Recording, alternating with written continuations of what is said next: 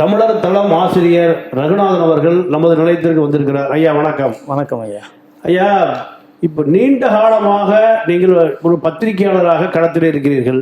ஆமாம். அதே போன்று நம் ஏறக்குறைய தமிழகத்தினுடைய திராவிட இயக்க அரசியலை அக்கு வேறு ஆணி வேறாக பிரித்து தன்னுடைய அந்திம காலம் வரை பல பத்திரிகைகளிலே பல வரலாற்று உண்மைகளை பதிவு செய்த சின்ன குத்தூசியார் அவர்களை பற்றி ஒரு மிகப்பெரிய வரலாறு இருக்கிறது.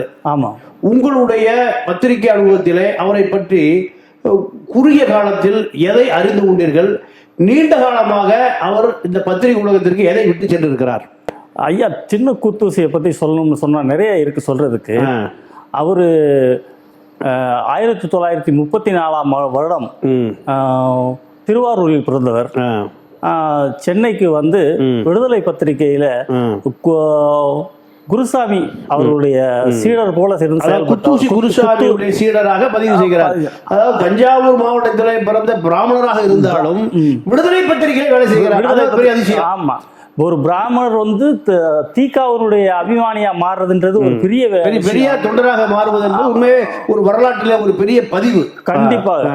அதில் அதுவும் குத்தூசி குருசாமியினுடைய சீடராக இருந்து அதுக்கால் குத்தூசியார் அதாவது பெரியார் தொண்டராக இருந்து அவருடைய வழித்தொண்டராக வருகிறார். குத்தூசி குருசாமி மேல இருந்த ஒரு அபிமானத்தில் இவருடைய பெயரையே சின்ன குத்தூசியார் என்று மாற்றிக்கொண்டார். தியாகராஜன் என்பதுதான் அவருடைய பெயர் தியாகராஜன். சின்ன குத்தூசி என்று அறியப்பட்டார் எல்லாராலையும். எழுத்துலகத்தில் உண்மையிலே சொல்லப்போனால் மிக சிறந்த அறிவாளி என்று தான் சொல்ல வேண்டும். தீகா அவருடைய அபிமானியாகவும் இருந்து திராவிட இயக்க வரலாறுகளை தொடர்ந்து மரணம் வரை பதிவு செய்கிறார். பல பத்திரிகைகளை முரசொலியில் வேலை செய்திருக்கிறார். கலைஞருடைய நெருங்கிய நண்பர். சில ஆலோசனைகளை கலைஞர்கள் கேட்கிற பொழுது, சில பழைய வரலாறு நிகழ்வுகளை கேட்கிற பொழுது சின்ன குத்தூசியார் முரசொலியிலே அதை தெளிவாக பதிவு செய்வார். இரண்டாவது, முரசொலி மட்டுமல்ல, நக்கீரன் பத்திரிகையிலையும் மிக சிறந்த பணியாற்றி இருக்கிறார். நக்கீரனுடைய கோபால் இவருடைய அந்திம காலத்தில் ஒரு தந்தை மகனை எப்படி பார்ப்பாரோ அந்த அளவுக்கு அவரை பார்த்து கொண்டார் இறுதி நாட்கள் வரையில். சின்ன குத்தூசியார் தமிழ் மேல் மிக பற்று கொண்டவர். திராவிட இயக்கத்தின் பார் இருந்த பற்றும் தமிழ் மேல் இருந்த பற்றும் சேர்ந்து அவரை இந்த தமிழ் உலகத்திற்கு, எழுத்து உலகத்திற்கு மிக சிறந்த ஒரு அறிவாளியாகவே காட்டியது. என்னுடைய தமிழர் தளம் பத்திரிகையில் கூட அவருக்காக வேர்களை தேடி என்ற ஒரு பதிவில் அவருக்கு ஒரு சிறப்பு இதழை நாங்கள் செய்திருக்கிறோம். திராவிட இயக்க சிந்தனைகளை எழுதுகிற பொழுது சின்ன குத்தூசியார் பற்றி எந்த பதிவுகளையும் தவிர்த்து எழுத முடியாத அளவுக்கு அவர் ஒரு திராவிட இயக்க சிந்தனையாளர். திராவிட இயக்க எழுத்தாளர்களில் யாருக்கு எந்த ஐயம் ஏற்பட்டாலும் அவரிடம் திருவல்லிக்கேணி அலுவலகத்திற்கு சென்று அவரிடம் தெளிவு விட்டு அதை மீண்டும் பதிவு செய்தாக பல வரலாறு இருக்கிறது. அதே போல் நீங்க அவருடைய எழுத்துக்களை என்று பார்த்தா அந்த திராவிட இயக்க எழுத்துக்கள் எதை அதிகமாக நேசிக்கிறீர்கள்? அவர் பெண்ணுரிமையை பற்றி எழுதியிருக்கிறார். தீண்டாமையை பற்றி எழுதியிருக்கிறார். ஒரு பிராமணராக இருந்து தீண்டாமையை பற்றி சொல்வதென்றால் மிகப்பெரிய அதிசயம் என்று கருப்பு சட்டை தொண்டராக அறியப்பட்டவர். கடைசியில் அவர் கலைஞர் அவர்களிடம் இருந்த நட்பு சில காலங்கள் கொஞ்சம் ஊழலாக மாறி பிரிந்து சென்றாலும் கூட அவர் கலைஞரை கடைசி வரையில் அவர் எதிர்த்தோ மறுத்தோ பேசியது கூட கிடையாது. நள்ளிரவில் கலைஞரை கைது செய்யும் போது கூட முரசொலியில் இருந்து வெளியேறிய பின்னும் யாரும் அழைக்காமலே நேராக சென்று பணியை மறுபடியும் கையில் எடுத்துக்கொண்டு சிறப்பாக கலைஞருடைய கைது திராவிட இயக்கத்திற்காக அவர் ஆற்றிய பலன், இதை தொடர்ந்து அவர் வெளிப்படுத்தி வந்த விதம் இருக்கிறது. அது உண்மையில் தமிழர்கள் அத்தனை பேருமே பாராட்டுவார்கள். அந்த திருமணமே செய்து கொள்ளாமல் தந்தை பெரியாருடைய கொள்கையை ஏற்று திராவிட இயக்க கொள்கைகளை ஏற்று கடைசி காலம் வரை திராவிட இயக்க சிந்தனையாளராகவே திராவிட இயக்க எழுத்தாளராகவே வாழ்ந்து மறைந்திருக்கிறார். அவரை போய் இன்னும் அடுத்த கட்டத்துக்கு சொல்லணும்னா என்ன எதை சொல்லலாம்? அடுத்த கட்டத்துக்குன்னு சொல்லும் போது அவரு தனி நூல் எழுதுறதுல இருந்து சிறுகதைகள், கட்டுரைகள், இலக்கிய வரலாறு இதர் எழுதிய அளவு என்பது சரியாக தெரியவில்லை என்றாலும் தமிழில் மற்ற எழுத்தாளர்களுக்கு இவர் ஒரு படி மேலே தான் இருந்திருக்கார் என்று சொல்ல வேண்டும். அனுபவம் வயது ஜாஸ்தி, அதனால பல வரலாற்று உண்மைகளே அவருக்கு தெரிய வாய்ப்பு இருக்கிறார், பதிவு செய்திருக்கிறார். அவரை வந்து மறுத்து சொல்லும் எழுத்தாளர்கள் யாரும் இல்லை. ஒரு எழுத்தாளர் என்றால் அவருக்கு சில பேர் ஆதரவாகவும் பேசுவார்கள், எதிராகவும் பேசுவார்கள். ஆனால் சின்ன கூத்தீசை அவர்களை பொறுத்தவரையில் எல்லா எழுத்தாளர்களிடமே ஒரு நல்ல நட்புடன் இருந்தார். இவருடைய கொள்கை ஒரு சுயமரியாதை கொள்கை, தீண்டாமை எதிர்க்க கொள்கையா இருந்தாலும் சரி, அவர் வளர்ந்த சமுதாயத்திலையும் சரி, மற்ற இடத்துலையும் சரி, அவருக்கு மிக நல்ல பெயரே தான் இருந்தது. இன்னடா நம்மளுடைய சமுதாயத்தில் பிறந்து எதிரிக்கு நின்று செய்கிறார்களே என்று சிலர் சொல்லிய போது கூட இதுதான் இந்த நாட்டிற்கு தேவை என்று மிக தெளிவாக சொல்லியவர் சின்ன குத்தூசி. அவர் சங்கராச்சாரியார் இவரை தன்னுடைய இனத்தை சொந்தக்காரர் பார்ப்பனர் என்று தெரிந்த பிறகு சங்கராச்சாரியார் காஞ்சிபுரத்துக்கு வரவழைத்து அவரை அமரை வைத்து அளாவுவதாக, அதாவது பேசியதாக ஒரு வரலாறு இருக்கிறது. அதுல என்ன உண்மையான சாராம்சம்? இவர் சங்கராச்சாரியார் ஏற்றுக்கொள்ளவில்லை. ஒரு பெரியவர் அழைத்தார் என்று தானே போனாரே தவிர அவருடைய கொள்கையை இவர் எந்த காலத்திலும் சமரசம் செய்து கொள்ளவில்லை. ஒரு வயதில் மூத்தவர் அழைக்கிறார் என்பதற்காக ஆன்மீக குரு போய் வந்திருக்கிறாரே தவிர இவர் எந்த காலத்திலும் திராவிட சித்தாந்தத்திலிருந்து கடுகளவும் மாறியது கிடையாது. கடைசி அவருடைய இயற்கை ஏதும் வரை கூட எந்த இடத்திலுமே அவருக்கு ஒரு தடுமாற்றமோ பதட்டமோ கூட இதில் வந்தது கிடையாது. மனம் முடிக்காமல் ஒரு இயக்கத்திற்காக, ஒரு கொள்கைக்காக கடைசி வரைக்கும் வாழ்ந்து மிக சிறப்பாக பணியாற்றியவர் என்று தான் சொல்ல வேண்டும். உண்மையாவே சங்கராச்சாரியர் அனைத்தும் சங்கராச்சாரியாரோடு சமரசம் இல்லாமல் மீண்டும் ஒரு திராவிட இயக்க சிந்தனையாளராக இருந்தது என்பது உண்மையாகவே ஒரு பெருமைக்குரிய விஷயமாக தான். இன்றைய காலகட்டத்தில் திராவிட இயக்கங்களில் உள்ள பல பேர் சங்கராச்சாரியார், சின்ன சங்கராச்சாரியார் காலடியில் போய் உட்கார்ந்து கொண்டிருக்கிறார்கள், அவரை வணங்குகிறார்கள். ஆனால் ஒரு பிராமணராக பிறந்தவராக இருந்தாலும் அவர் எந்த காலத்திலையும் இந்த சங்கர மடத்திற்கு கீழே அவர் வந்து செயல்பட வேண்டும் என்று அந்த சித்தாந்தத்தை ஏற்றுக்கொண்டதே இல்லை. கடைசி வரையில் அவர் பெரியாரின் சிந்தனை, திராவிட கழகத்தினுடைய கொள்கைகள் இதன் பின்னாலேயே தான் இருந்து வாழ்ந்து சிறப்பாக எழுத்து பணியை செய்து வாழ்ந்தாரே தவிர எந்த காலத்திலையும் அவர் வந்து இந்த சமரசம் இல்லாமல் ஆன்மீகத்தில் ஈடுபாடு இல்லாமல் வெறும் பொது உடைமை சிந்தனை, பெரியாரிய சிந்தனை, கம்யூனிஸ்ட் சிந்தனை இதில் இருந்தார். ஐயா நல்ல கண்ணு கூட பல இடங்களில் அவரை பாராட்டி இருக்கிறார். பொது உடைமை சிந்தனையிலையும் அவர் திகாவினுடைய சிந்தனையும் இரு கண்களாகவே பாடுறார் என்று தான் சொல்ல வேண்டும். அவர் காங்கிரஸ் செய்தி தொடர்பாளர்கள் கோபண்ணா கூட அவரை மிக பெருமைப்படுத்தி தான் பல பதிவுகளை செய்திருக்கிறார். அப்ப காங்கிரஸ் தலைவர்களோடும் நல்ல காங்கிரஸ் தலைவர்களோடு நல்ல உறவோடு இருந்தாலும் அவர் திராவிட கொள்கையை தான் மேலோங்கி பார்த்துருக்கு. காங்கிரஸ் நண்பர்களோடு பழக்கம், எல்லா கட்சி நண்பர்களோடையும் பழக்கம் இருக்கிறது. ஆன்மீக தலைவர்களோடு இருந்திருக்கார், காங்கிரஸ் இருந்திருக்கார், திராவிட இயக்கம், இப்படி கம்யூனிஸ்ட் எல்லா இயக்கங்களோடு இருந்தாலும் அவர் எந்த விதத்திலையும் எந்த இடத்திலையும் அவர் திராவிட சித்தாந்த கொள்கையிலிருந்து அவர் விலகி செல்லவில்லை, அதற்கு மாறாகவும் செயல்படவில்லை. அவருடைய குடும்ப உறவுகள் அவரோட தொடர்புல கடைசி காலம் வரை, கடைசி காலத்தில் அவர் இறக்கும் தருவாயில் நக்கீரன் கோபால் மிகப்பெரிய உதவி செய்தார். ஏறக்குறைய ஒரு 15 ஆண்டு காலம் அவரை தன் தகப்பனாராகவே பார்த்து அவருடைய மருத்துவ செலவு எல்லாமே பார்த்து கொண்டால் இறந்த பிறகு கூட அவருடைய பூத உடலை தன்னுடைய அலுவலகத்தில் கொண்டு வந்து பார்வையாளர்களுக்காக வைத்து எழுத்தாளர், ஒரு பத்திரிகையாளராகவே வாழ்ந்து மறைந்தார். அந்த வகையில் பார்த்தால் நக்கீரன் கோபாலுக்கு ஒரு சிறப்பு உண்டு. சின்ன குத்தூசியை இந்த அளவுக்கு பார்த்தார் என்று சொல்லும்போது மிகப்பெரிய சிறப்பு உண்டு. அது நானும் ஒரு பத்திரிகையாளன் என்ற முறையில் அதை நான் மிகவும் ஒரு பெருமைப்பட்டுக் கொள்ள வேண்டும். அவ்வளவுதான். இல்லை, சின்ன குத்தூசியார் வாழ்ந்த காலத்தில் கலைஞரோடு இணக்கமாக இருந்திருக்கிறார், வீரமொழியோடு இணக்கமாக இருந்திருக்கிறார். அதே நேரத்தில் கலைஞரோடு ஏதோ பிணக்கு ஏற்பட்டு முரசொலியிலிருந்து வெளியேறி இருக்கிறார். மீண்டும் முரசொலியிலே கலைஞர் அவர்கள் கைது செய்யப்பட்ட போது மீண்டும் முரசொலியிலே பணியாற்றிய பிறகு மீண்டும் ஏன் வெளியே வருவதற்கு என்ன காரணம்? கலைஞருடைய பேச்சு மற்ற போக்குவரத்தில் அதிகம் கவர்ந்திருந்தாலும் அவருக்கு நிர்வாக ரீதியில் அவருக்கு அங்கே ஒத்துழைப்பு சரியாக கிடைக்காத காரணத்தினால் அவருக்கு நக்கீரன் கோபாலிடம் இருந்த நெருக்கத்தின் காரணமாக பத்திரிகை துறை என்பதே ஒரு இடத்திலிருந்து இப்படி எடுத்துக்கொள்ளாமா? அதாவது ஒரு பத்திரிகையாளர் சமரசமற்ற எழுத்தாளராக இருப்பார். ஆனால் கலைஞர் கருணாநிதி அவர்கள் முரசொலியும் ஒரு அரசியல் ரீதியாக சமரசத்தோடு ஒன்று திராவிட இயக்க கொள்கையிலிருந்து சில சமரசத்தோடு பாரதிய ஜனதா கட்சியோடு கூட்டணி வைக்க வேண்டிய தேவை ஏற்பட்டிருந்தது. சில காலம் காங்கிரஸோடு தந்தை பெரியார் அவர்கள் காங்கிரசிலிருந்து வெளியேறி திராவிட இயக்கத்தை ஆரம்பித்த பொழுது அவர் பதிவு செய்கிறார், காங்கிரஸ் கட்சி அழிப்பதுதான் என்னுடைய முதல் வேலை என்று பதிவு செய்கிறார். ஆமா, அப்பொழுது திராவிட முன்னேற்ற கழகத்தை சேர்ந்த கலைஞர் அவர்களுக்கு இந்த திராவிட இயக்க கொள்கையில சில சமரச போக்கு ஏற்பட வேண்டி இருந்து அதை முரசொலியில என்னால் பதிவு செய்ய முடியாது என்று சின்ன குத்தூசி ஐயா அவர்கள் வெளியேறி இருப்பதற்கான காரணம் இருக்கிறதா?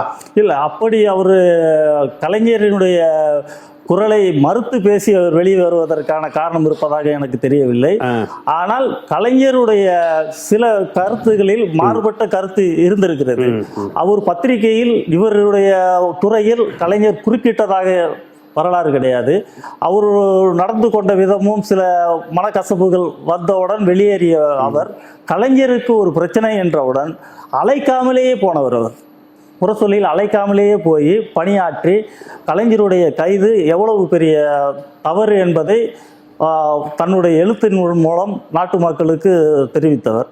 கடைசியில் அவர் நக்கீரன் பத்திரிகையில் உள்ள திராவிட இயக்க சிந்தனைகளை நக்கீரன் பத்திரிகையில் மட்டும் சமரசமற்று எழுத முடிந்த அவருக்கு ஏன் விடுதலையிலும் முரசொலியிலும் ஏன் எழுத முடியவில்லை? விடுதலை பத்திரிகையில் அவர் ஆரம்ப காலத்தில் இருந்தது விடுதலை பத்திரிகை தான். விடுதலை பத்திரிகையில் இருந்து அதற்கப்புறம் முரசொலியில் வந்து முரசொலியில் நிர்வாகத்தில் உள்ளவர்களுக்கும் அவருக்கும் என்ன ஒரு இடைஞ்சல் என்று கொள்கை ரீதியான முரண்பாடு, கொள்கை ரீதியான முரண்பாடு. அவர் திராவிட இயக்க சிந்தனையில சமரசமற்ற எழுத்தாளர். ஆனா முரசொலி என்பது அரசியல் கட்சியினுடைய பத்திரிகை. அரசியல் கட்சி என்று வரும் போது சில சமரசங்கள் செய்து கொண்டுதான் ஆக வேண்டும். வாஜ்பாய்க்காக அம்மையார் ஜெயலலிதா வாபஸ் வாங்கியவுடன் திராவிட முன்னேற்ற கழகம் ஆதரித்தது. இதெல்லாம் இவருடைய சமரசமில்லா போராளிக்கு உறுத்ததானே செய்யும். சின்ன குத்தூசி சமரசமில்லாத போராளி. அதே நேரத்தில் கலைஞரை அவர் மிகப்பெரிய இடத்தில் வைத்து பார்த்தார். அதனால்தான் அவர் கலைஞர் கடைசி ஈமை கடந்தது 3 முறை அவர் மருத்துவமனையில் இருக்கும்போது கலைஞர் நேரிலேயே கூட போய் பார்த்து ஆறுதல் சொல்லி வந்திருக்கிறார். கலைஞருக்கும் அவருக்கும் உள்ள ஒரு நட்பு சாதாரணமாக சொல்ல முடியாது. சில சந்தேகங்களுக்கு கலைஞருக்கு அவர் விடை கொடுத்தார் என்று கூட சொல்ல வேண்டும். சில சந்தேகங்கள் என்றால் அவர் கலைஞர் அந்த வகையில் பார்த்தால் கரெக்டான ஆள் யார் சந்தேகங்களை தீர்த்து வைக்கிறார்களோ அந்த சந்தேகங்களை ஏற்றுக்கொள்ளக்கூடிய நிலையில் உள்ள தலைவர் தான். அதே கலைஞரை பொறுத்தவரை ஒரு அரசியல்வாதி, அதிகபட்சமாக ஒரு எழுத்தாளர், பத்திரிகையாளர். ஆனால் குத்தூசியை பொறுத்தவரை முழு நேர பத்திரிகையாளர், அரசியல்வாதி அல்ல, சமரசமில்லா எழுத்தாளர். அரசியலில் சமரசம் இருந்தால்தான் அரசியல் பண்ண முடியும் என்று எல்லாம் சொல்லலாம். அரசியல் சமரசம் இல்லாமல் நேர்கோட்டில் செல்லவே முடியாது. ஆனால் குத்தூசி ஐயா அவர்கள் நேர்கோட்டில் எழுத்தாளராக இருந்தார். அவருடைய இந்த சமரசமற்ற திராவிட கொள்கை இப்போ குத்தூசி குருசாமியாவை போன்ற பல எழுத்தாளர்கள் எழுதியும் இந்த திராவிட இயக்க கொள்கை ஒரு தடுமாற்றம் இருப்பதாக இப்பொழுது தோற்றம் இருக்கிறது. உண்மையாகவே அவருடைய கொள்கை வெற்றி பெற்றிருக்கிறதா அல்லது தோல்வி அடைய துவங்கி இருக்கிறதா? இன்றைய காலகட்டத்தில் இருந்து திராவிடர் கழக ஆரம்ப காலத்தில் இருந்ததுக்கும் இப்போது இருப்பதற்கும் குறைந்தபட்சம் ஒரு 25% மாறி இருக்கிறது என்றுதான் சொல்ல வேண்டும். பலகீனம் அடைந்திருக்கிறது. இல்லை, அண்ணா பெரியார் காலத்து, அண்ணா காலத்து, கலைஞர் காலத்துக்கு பிறகு இன்றைய சூழ்நிலையில் 25% சற்று தடுமாற்றத்தில் இருக்கிறது என்றுதான் சொல்ல வேண்டும். அதுதான் உண்மை. அதில் ஒன்றும் மாற்றம் இல்லை. இந்த 25% தடுமாற்றம் இருக்கிறதா இல்லையா என்று அதன் கட்சி தலைவர்களுக்கே தெரியும். அப்போ அந்த முன்னோர்கள், அதாவது திராவிட இயக்க எழுத்தாளர்களுடைய சிந்தனை இன்று முழுமையாக மக்களிடம் போய் சேரவில்லை என்று எடுத்துக்கொள்ளலாமா? மக்களிடம் போய் சேரவில்லை.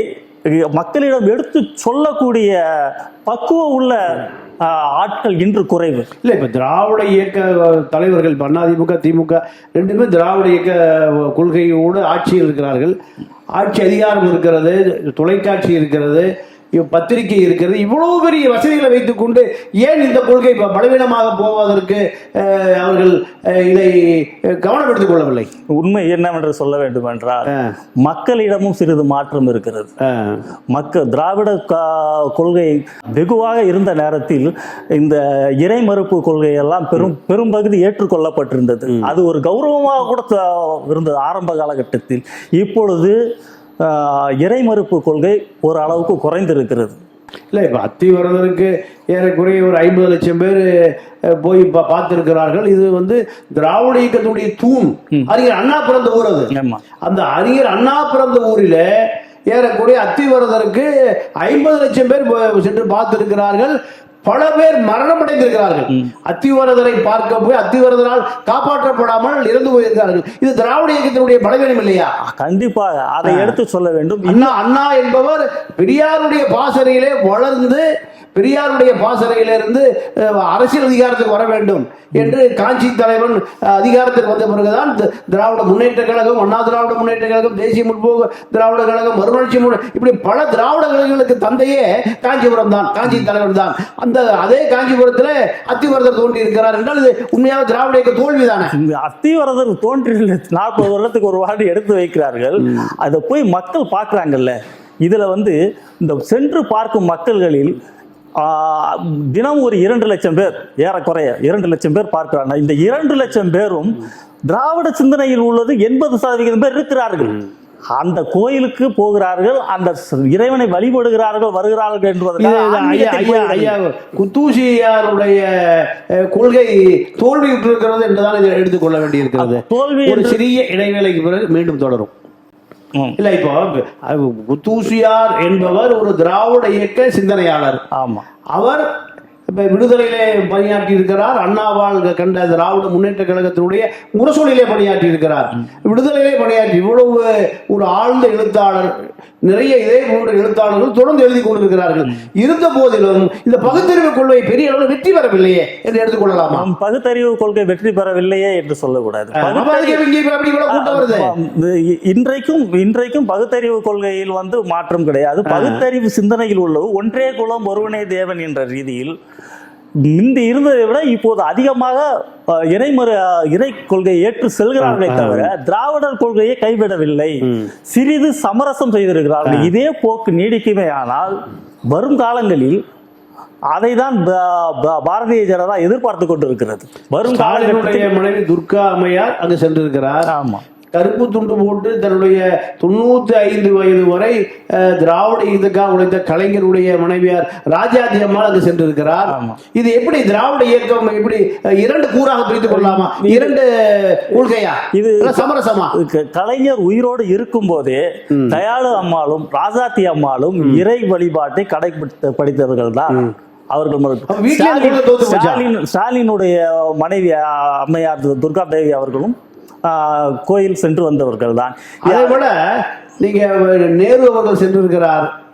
திராவிட முன்னேற்ற கழகத்தினுடைய அத்துணை தலைவர்களும், இன்னும் சொல்ல போனால் தந்தை பெரியார் ஆரம்பித்த அந்த திராவிட இயக்கம் தான், திராவிட கழகம் தான் இன்னைக்கு அண்ணா திராவிட முன்னேற்ற கழகம் ஆட்சியில் இருக்கிறது.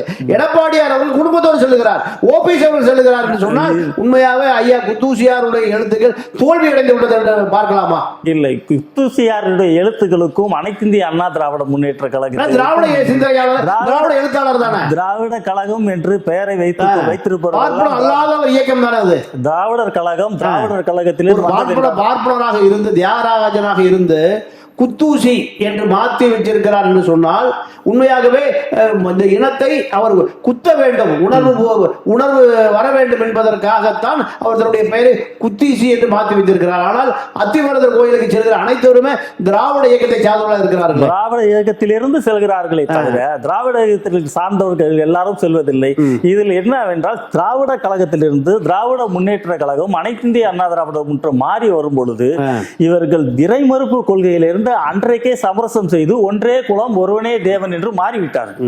அந்த ஒன்றே குலம் ஒருவனே தேவன், அந்த ஒருவன் யார் என்று கேள்வி கேட்கும் போது இருக்கும் ஆளுக்கு ஒருவரை காட்டுவார்கள். ஆக மொத்தத்தில் இறை கொள்கையில் காலடி வைத்தாகிவிட்டது.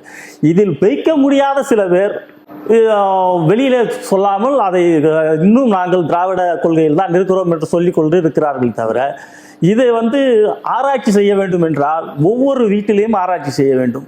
இப்போது இறைமறுப்பு கொள்கை எடுத்துக்கொண்டவர்கள் மட்டும்தான் திராவிடர் கழகம். திராவிடம் என்பது இறைமறுப்பு கொள்கை மட்டும்தானா? இல்லை இல்லை இல்லை இல்லை. கடவுள் பெயரால் எந்த மக்களை ஏமாற்றக்கூடாது, கோயில் கூடாது என்பதல்ல, கோயில் குடியுடன் கூடாரமாக கூடாது என்பதுதான். அத்திவரதர் கோயிலில் ஏறக்குறைய அத்திவரதை தரிசிக்க செல்கிறவர்கள் 10க்கும் மேற்பட்டவர்கள் இறந்து போயிருக்கிறார்கள். இது ஒரு உண்மையாவே ஒரு பெரிய சோகம். ஐயா சுகிசிவம் இப்போது ஒரு கருத்தை சொல்லி இருக்கிறார். ஒரு 15 நாட்களுக்கு முன்னால் அத்திவரதர் புத்தி வராதவர் என்று சொல்லியிருக்கிறார். இதுவரைக்கும் இருந்த அந்த நாயன்மார்கள் பெருமாள் கோயில்கள் எல்லாம் இல்லாத ஒரு சிறப்பு, இல்லாத ஒரு பக்தி பெரிய ஆன்மீக சொற்பொழிவாளர் சுகிசிவம் அவர்கள். அவரே ஆழ்ந்த ஒரு ஆன்மீக சிந்தனையாளர். அவரே என்ன சொல்லுகிறார், இதற்கு இவ்வளவு கூட்டம் போக வேண்டிய அவசியம் இல்லை. ஏற்கனவே இருந்த ஒரு பெருமாள் அத்திவரதருக்கு இல்லாத ஒரு சிறப்பு இவரிடம் எங்கிருந்து வந்தது என்று அவரே கேட்கிறார். இது எப்படி இருக்கிறது என்றால், மக்கள் எல்லாம் 40 வருடம் தண்ணீரிலிருந்து எடுத்து வெளியே வைத்திருக்கிறார்கள். இதே 40 வருடத்துக்கு முன்னால் வைக்கும் போது அத்திவரதருக்கு இவ்வளவு கூட்டம் வரவில்லை, லட்சக்கணக்கில் எல்லாம் வரவில்லை. ஏதோ சில நூற்றுக்கணக்கான 40 வருடங்களுக்கு முன்பு திராவிட இயக்கம், திராவிட எழுத்தாளர்கள் ஆரம்பித்த புதுசு இந்த ஏறக்குறைய மிகப்பெரிய வெற்றி பெற்றிருக்கிறது. மிகப்பெரிய வெற்றிக்கு பெரியார் மண் என்று சொல்லுவார்கள். டெல்லியில இப்ப நாடாளுமன்றத்தில் பாரதிய ஜனதா கட்சி ஏறக்குறைய இவ்வளவு மிருகப்படம் வெற்றி பெற்றிருக்கிற பொழுது தமிழ்நாட்டில் பெரியார் மண், பெரியாருடைய மண், பாரதிய ஜனதா கட்சியை வெற்றி பெற முடியவில்லை என்று பதிவு செய்கிறார்கள். ஆனால் அதே இந்த பெரியார் மண்ணிலே காஞ்சிபுரத்தில் மிகப்பெரிய கூட்டம் கூடுகிறது. இதை எப்படி எடுத்துக்கொள்வது? இது காரணம், அடிப்படை காரணம் என்ன என்றால், 40 வருடத்திற்கு முன்னால் இந்த தொலைக்காட்சி மற்ற ஊடகங்கள் இல்லை, பேப்பர் இருந்தது. ஊடகங்கள் தான் இந்த அறியாமையை ஏற்படுத்துகிறது சொல்றீங்களா? ஒரு எதிர்பார்ப்பை உண்டு பண்ணிவிட்டது. ஊடகங்களை நீங்க குற்றம் சாட்டுகிறீர்கள். இந்த மக்களை ஊடகத்தை குற்றம் சாட்டவில்லை. ஊடகத்தினால் விளம்பரம் அதிகமாக கிடைத்தது. கிராமத்தில் உள்ளவனுக்கு கூட முன்னைய படம் எது காலையில் இந்த உடையோடு காட்சி அளிக்கிறார். இவரு சயன கோலத்தில் இருக்கிறார். இதை நம்மளும் ஒரு முறையாக பார்க்க வேண்டும் என்ற ஒரு ஆவலை இவர்களுக்கு தூண்டிவிட்டார். அந்த தூண்டிவிட்டதனுடைய விளைவு எனக்கு தெரிந்து என்னுடைய சொந்தக்காரர்களை நிறைய பேர் வேண்டும். எதுக்கு போகிறேன்னு கேட்டா, எல்லாரும் காட்டுறாங்க, அவங்க எல்லாம் போய் பாக்குறாங்க, நம்ம ஒரு வாட்டி போய் பாத்துறோமா, இதுக்கப்புறம் 40 வருஷம் நம்ம இருக்க போறது இல்லையா, அது என்னன்னே தெரியல, பார்க்கணும்னு ஒரு விரும்புறாங்க, அவ்வளவுதான். அந்த பார்க்கணும்னு போறவங்க அவ்வளவு பேருமே ஆன்மீகத்தின் பின்னாடி போகல. அந்த பார்க்கணும்னு லட்சக்கணக்கான பேர் போனவங்களையே மிஞ்சி போனா ஒரு 10% ஆன்மீகத்தின் பின்னாடி இருக்காங்க தவிர மீதி 90% இந்த திராவிட சிந்தனைகளையும் மற்றதையும் ஏற்றுக்கொண்டவர்கள் தான் இவங்க. அப்படி அந்த போனவங்க எல்லாம் ஓட்டு போட்டிருக்கணும்னு சொன்னால், தமிழ்நாட்டில் பிஜேபி 40 தொகுதிகள் பிஜேபி கூட்டணி வெற்றி பெற்றிருக்க வேண்டும். இங்கே அப்படி இல்லை. இந்த பெரியாருடைய சிந்தனை இன்றைக்கும் இந்த மண்ணில் ஆழமாக வேரூன்றி இருக்கிறது. எல்லாம் இது நாயன்மார்கள் பூமி, இது ஆழ்வார்கள் பூமி, இதல்ல. இந்த பூமி என்றைக்குமே திராவிட சிந்தனையாளர்களுக்குள்ள பூமி தான். அதில் எந்த மாற்று கருத்தும் கிடையாது. ஏனென்றால் திராவிட சிந்தனை உள்ளவர்கள் தான் மனிதனை மனிதன் சமமாக நடத்த முடியும் என்று ஒரு சித்தாந்தத்தோடு இருக்கிறார். ஒரு 15-20 நாட்களுக்கு முன்னால் ஒரு வைணவர் ஒருவர், மனிதன் சமம் இல்லை, உயர்ந்தவன் இருக்கிறான், சமம் என்று சொல்வதை ஏற்றுக்கொள்ள முடியாது என்று ஒரு நிகழ்ச்சியிலே பேசுகிறார். மனிதனுக்கு மனிதன் நாயோடு ஒப்பிடுகிறார். மனிதன் பாமோரியன் டாக், பாமோரியன் டாக்லயே ஒரு உயர்ந்த ஜாதி இருக்கும்போது மனுஷர்கிட்ட இருக்காதான்னு கேட்கிறார். எந்த வகையில் நியாயம்? அவரு இத்தனைக்கு நல்லா படிச்ச மனுஷர். அதுதான் பெரியார் தேவைப்படுகிறார். பெரியாருடைய எழுத்து தேவைப்படுகிறது, குத்தூசியாருடைய எழுத்து தேவைப்படுகிறது. ஒரு உதாரணத்துக்கு சொல்லுவோம், சின்ன குத்தூசியார் வரலாற்றுக்கு தேவைப்படுகிறார். அவர் பேசிய அந்த வைணவர் பெரியவரே, அவருக்கு ரத்தம் தேவைப்பட்டால் ஒரு அரியனுடைய ரத்தம் சேரும். அதே ரத்தத்தினுடைய ஈக்குவாலிட்டி இல்லை என்றால் இன்னொரு பிராமணருடைய ரத்தம் சேருமா? சேராது. இங்கே அந்த தெளிவு திராவிடத்தில் தான் இருக்கிறது. அவர்களுக்கும் தெரியும். ஆனால் மக்களை எல்லாம் சுரண்டி அடிமைப்படுத்தி வாழ்ந்தே பழக்கப்பட்டவர்கள் இந்த சிந்தனையை கண்டால் அவர்களுக்கு பிடிக்காது. இதையெல்லாம் வெறுத்துதான் ஐயா குத்தூசி குருசாமி உடைய சீடராக வந்த சின்ன குத்தூசியார் மிகப்பெரிய எழுத்து பணியில் கடைசி காலம் வரைக்கும் அவர் செய்து காட்டினார். இப்பொழுது அவருடைய எழுத்து, அவருடைய சிந்தனை, அவருடைய அத்தனை உழைப்புமே இப்போ கடந்த காலங்களிலே இது இந்த மண்ணுக்கு பயன்படாமல் போய்விட்டதோ என்று ஒரு திராவிட இயக்கத்தின் மீது ஒரு வெறுப்பு ஏற்பட்டு தான் ஏறக்குறைய சென்னை மெரினா பீச்சில் 10 லட்சம் இளைஞர்கள் கூடுகிறார்கள். இவர்கள் கூடி இந்த திராவிட இயக்க அரசியலுக்கு எதிர்ப்பான இளைஞர்கள் அங்கு கூடுகிறார்கள். அப்படி இந்த எழுத்து வெற்றி பெறவில்லை என்று எடுத்துக்கொள்ள வேண்டியிருக்கிறது. நம்முடைய இளைஞர்களை நான் குறைத்து மதிப்பிடவே இல்லை. ஆனால் இதே நிகழ்ச்சியை என்னுடைய பார்வையிலிருந்து நான் சொல்கிறேன். இதே நம்ம ஜல்லிக்கட்டு சமாச்சாரத்தை தான் நீங்கள் சொல்கிறீர்கள் என்று நினைக்கிறேன். இதே நிகழ்ச்சி அம்மையார் ஜெயலலிதா இருந்திருந்தால் இவ்வளவு பெரிய கூட்டம் நடந்திருக்காது. அது எல்லாருக்கும் தெரியும். காவல்துறை அடக்குமுறை எழுந்திருப்பார். இது எப்படி வந்தது என்றால் இதை வளர விட்டார்கள். இது தவறு என்று நான் சொல்லவில்லை. அப்படி வளர்ந்தது இன்னைக்கு இந்தியாவுக்கே ஒரு எடுத்துக்காட்டாக இருக்கிறது. இது எந்த ஒரு நிகழ்ச்சியும் கடைசி 2 நாட்கள் எப்படி தடுத்து நிறுத்த முடிந்தது?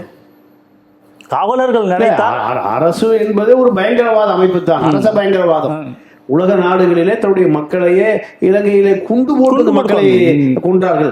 ஜனநாயகத்துக்கு போராடுகிறவர்களை இந்த அரசு எப்பொழுதுமே தன் மக்களை தானே அளித்த துப்பாக்கி முனையிலே வைத்து பல வரலாறு பதிவு செய்யப்பட்டிருக்கிறது.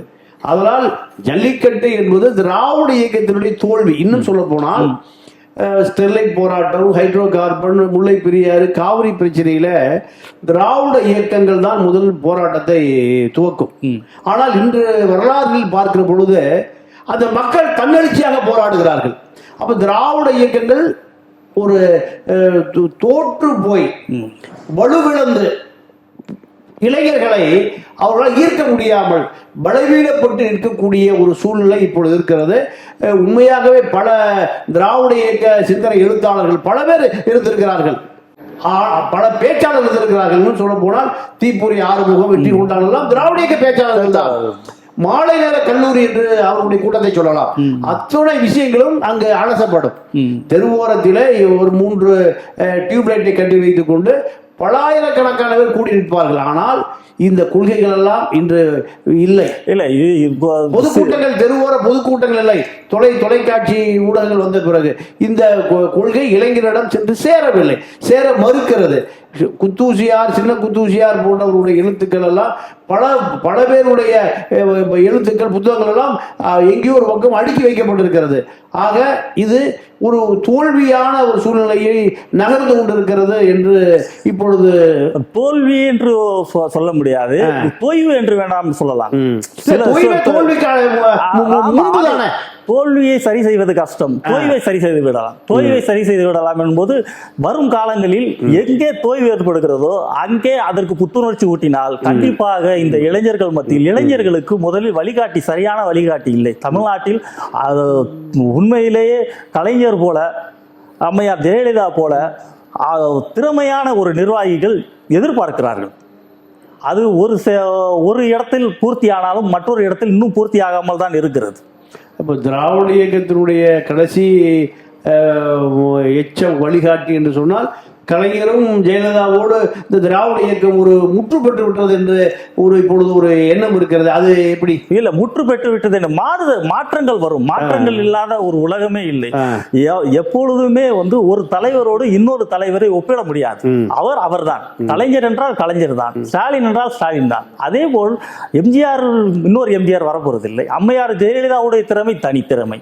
அது எடப்பாடியார் இருக்கிறார் என்றால் எடப்பாடி. இவர்களை எல்லாம் ஒருவருக்கு ஒருவர் ஒப்பிட்டு நம்ம அளவுகோல் கட்டணும். இன்றைய சூழ்நிலையில் இருப்பவர்களை வைத்துதான் மக்கள் எடைபட முடியும். இவர்களை பிடிக்கவில்லை என்றால் புதிதாக களத்தில் வேறு யார் இருக்கிறார்கள்?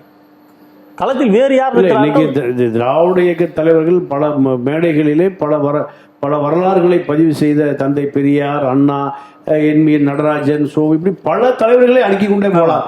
இன்று அந்த மேடைகளிலே ஸ்டாலினுக்கு பிறகு ஸ்டாலினுடைய மகன் உதயாநிதி அரசியலில் இருக்கிறார். அதிமுகவில் எடுத்துக்கொண்டால் பல திரைப்பட நடிகர்கள், இன்னும் சொல்ல போனால் உசுரமணியை போன்ற சில நடிகர்கள் தான் முன்னணியில் இருக்கிறார்கள். இதுதான் திராவிட இயக்கத்தினுடைய வெற்றியா? இல்லை, இன்றைய சூழ்நிலையில் இருப்பவர்கள் ஒரு சிலர் தான் இருக்கிறார்கள். அன்றைக்கு தெருமுனை பிரச்சாரத்தில் கட்சி வளர்க்கப்பட்டது. இன்று மீட்டிங் மேடை போட்டு மீட்டிங் நடத்த வேண்டும் என்றால் இன்றைக்கு நடப்பதே இல்லை. உங்களுக்கு நன்றாக தெரியும், ஊர் ஃபுல்லாக மீட்டிங் போடுறதே கிடையாது.